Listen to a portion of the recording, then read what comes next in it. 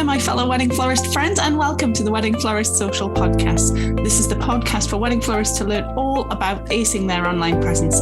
I'm your host, Vicky Laffey, and as a wedding florist of over 10 years now and a certified digital marketer, I want to help you get the right clients, get more followers, and never be stuck for content ideas again.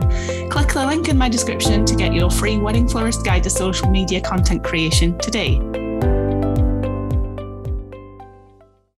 Welcome, florists, to another episode of Wedding Florist Social.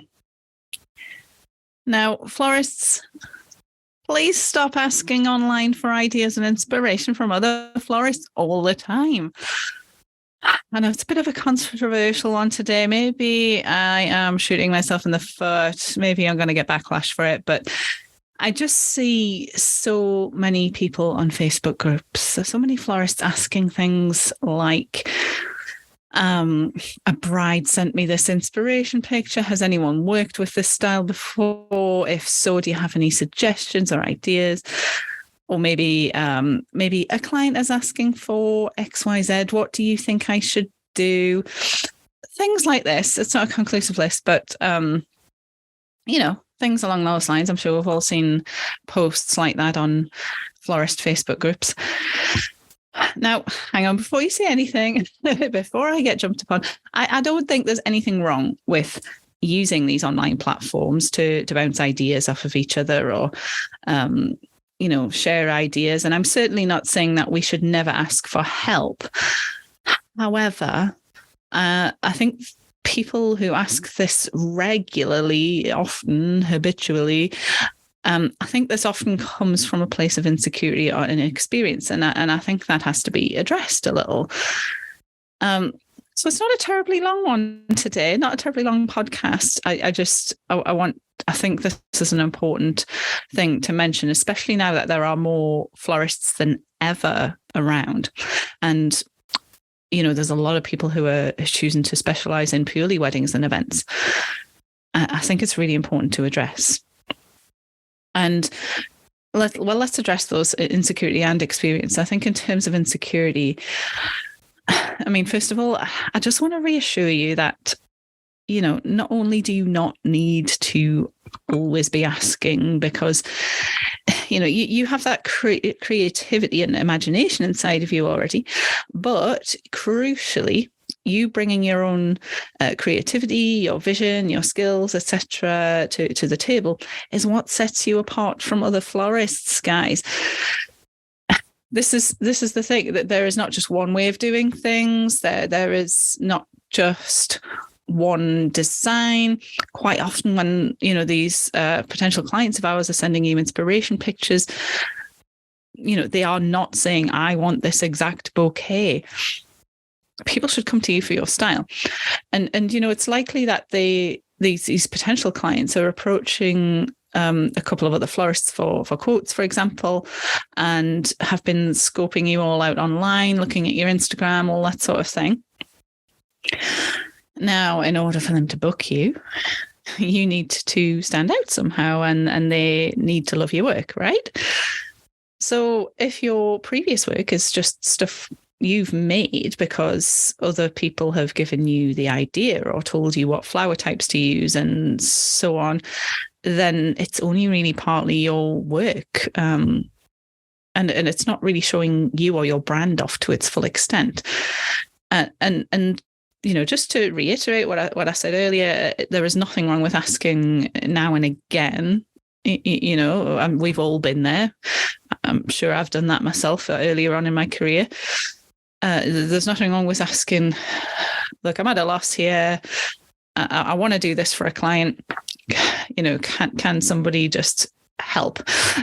Because I think quite often, we work by ourselves or on extremely small teams, and it is nice to use these platforms to bounce ideas off of each other, isn't it? But this is aimed at the people who are constantly asking, with every other wedding that they do, they're asking for ideas. What should I do? There's no should or shouldn't.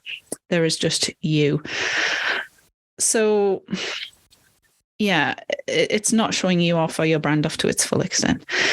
And in terms of inexperience, just to address the point, that sort of thing earlier, that topic, I think the best way to build that brand and that confidence and that experience is by doing this yourself sometimes, and exercising those muscles, those florist muscles, so that you don't have to ask, and that more importantly, that you can fully be you for your clients. You can bring you to the table. If you regularly ask online, I can't even say the word regularly. If you regularly I think I added an extra L there. If you regularly ask online for help and ideas, then you'll never exercise those muscles, and you'll always be asking, and you'll never build that confidence or experience. I've been doing this 12 years now, and I have certainly not always been perfect. Sometimes it's been trial and error. Sometimes I have had to just think on my feet. I think that's a huge part of being a florist as well. You have to think on your feet. We work with a natural product. Maybe you had planned on using a certain rose because a florist on some Facebook group told you about that particular type of rose because it's the color that you needed for your client. But then lo and behold, it's not available at the time of the wedding. You go on your wholesaler's web shop and have a look for that rose and it's not there. Or your wholesaler, if you do it the old fashioned way, has emailed you back and said, sorry, that rose you asked me to source isn't available. You have to think on your feet. You have to be able to sort of say, right, okay, well, I'll try this instead. That should fulfill the brief. And you can't be asking on Facebook groups all the time about that. Now, in terms of my experience as a florist, that's something I've encountered in the past, and maybe the wholesalers have made substitutions on my behalf, or or I've had to have a look on a web shop and just really use my noggin, my brain, for those Americans or people overseas listening to this, to sort of really think about, like, okay, what else is going to fulfill the brief for the client? And I've kind of learned that way. Most of the time I've hit the mark, other times I haven't. That's the way it is.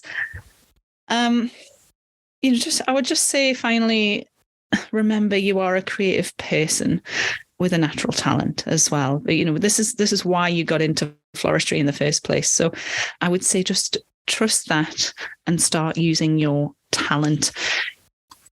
And be fully there for your clients, and be fully you. People will book you for you.